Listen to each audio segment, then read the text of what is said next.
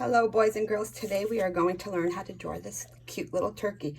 We're going to make two little holes that we could put our little fingers in, so our little turkey, you can make him walk around the dining room table. Okay, all you need is a piece of paper, a pencil, an eraser, crayons or markers or colored pencils, whatever you like to draw with. And I'd like you to try on a scrap piece of paper how to trace properly. Okay, so let me show you a couple of things. So when you put your hands down, you want your rings off, if you have any rings, of course. And then you want to use your pencil perfectly straight up and down and not on an angle, because you're not going to get a nice shape to trace around your hand. And I'll show you how and what I mean by that.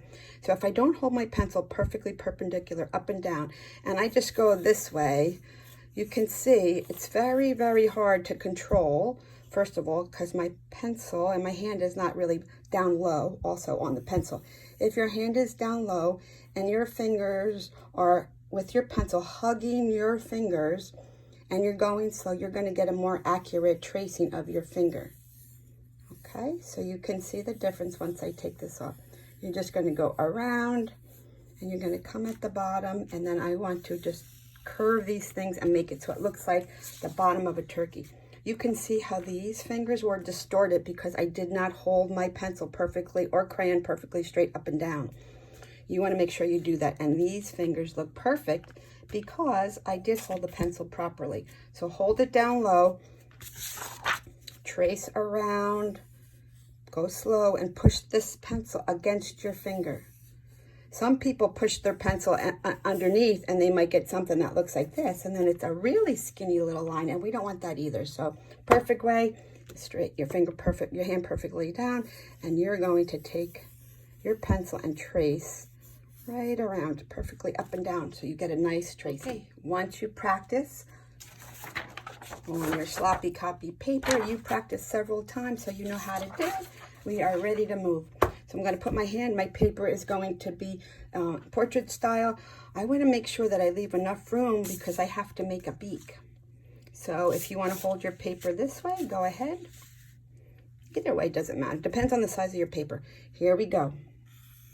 I can see I have some marker on my fingers, but that's all right. Taking my time. I'm hugging right along and pressing my marker against my finger so I have a nice outline. When I get to the bottom, all I want to do is I want to curve that to make it look like the bottom of the turkey. I'm going to show you how you can cut these holes out, but if you don't want to cut them out and that's too hard for you and you just want to make feet or turkey legs, I will show you how to do that. Next part, what we're going to get started is we're going to make a nice cute pilgrim kind of hat. And the hat, I'm going to make mine this is a little bit taller. And it's on a crazy angle. It's just straight lines. We're going to make a little band, and we're going to make a little buckle. We are going to make the beak. We are going to be making, this is called the wattle. We're going to make an eyeball. Okay, it's coming along. It's really starting to look like a turkey. Next thing that we're going to do is we're going to curve, just make a curved line at the top, and our fingers are now going to be leaves, feathers. Okay.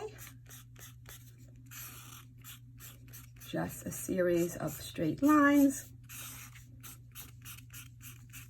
They're on an angle to make it look more like a feather. That's going to look like a leaf also. Okay, next thing we're going to do, we're going to make his wing. So, a big curved line, curved again. Okay, it's really starting to look like a turkey, right? And all it was your handprint. The next thing that we're going to do is we're going to just give a little bit of texture, and we're going to make some of the feathers. This is something similar that we did. It's called scallops, that we did when we did our owls not too long ago.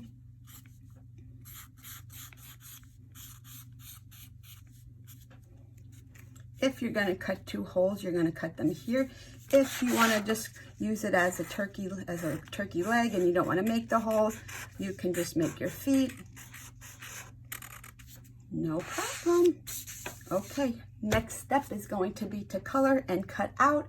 I'm not going to color here in front of you. You'll see my finished version in a few seconds. Okay, so here is my finished turkey. If you want to leave it just the way it is, that is great. You can sign your name at the bottom. You might want to put the date, so your family can save it for next Thanksgiving and bring it out every year. And you're going to see what you did and remember this crazy year that we're going through. So if you want to cut it out, you can. I'm going to show you how to hold scissors. So this one in particular, both of these rings are pretty similar in size, but it's really made so that you could use it either way, lefty or righty. But the kids' scissors have usually one rounded area that's a little bit smaller, and that will be where your thumb goes, and then the other one is where a couple fingers can go. Okay, but this one is just really for two fingers. So what I like to do when I'm cutting out is get over, like cut around some of this white area that you don't need, because otherwise it's kind of hard to maneuver. So I'm going to cut the legs off because I want to make our little kind of puppet. So what I like to do is just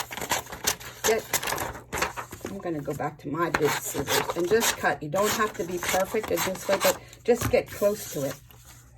Okay. And as close as you can makes your cutting a little bit easier later on. All right, so I wanted to cut those legs off. I'm going to cut, and I'm always holding with my opposite hand and making sure my fingers underneath are not in the way of my scissors, so be careful of that. If you need help with a parent going around these little tiny areas, you ask the parent to help you. If it's hard for you to get into some of those little cracks and crevices, no worries. Here's something else you could do with the feather part to make it a little easier. And if you don't want to cut out in between all of those feathers, you can. Clear that out. Let's get this a little bit closer. All right, there we go. If you like, you can also draw more feathers in between to fill up that background space, but otherwise, just something like this is fine enough.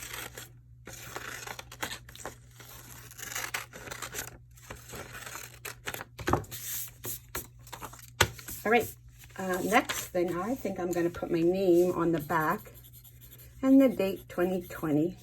So I can save this, and years down the road, I'm going to be able to look at it and say, oh, look what I did in 2020. All right, so you're going to want to put little spots for your fingers. So what I'm going to do is draw, my fingers are a lot bigger than yours, so yours will be kind of tiny. But you don't want to leave it too close to the bottom here of the turkey so that when you cut it, it does not fall apart. So leave yourself a little bit of room. Have a family member help you. This is going to be kind of hard. You can fold it and just cut around. You might make it a little too small in the beginning and you might have to go back, but it's better to make it a little smaller than too big. Okay, there you go. Put your two, look at that, perfect. And put your little fingers in, and there's your little walking turkey. All right, my friends, you have a great Thanksgiving. Stay healthy, stay well, and I'll see you hopefully very soon. Happy Thanksgiving.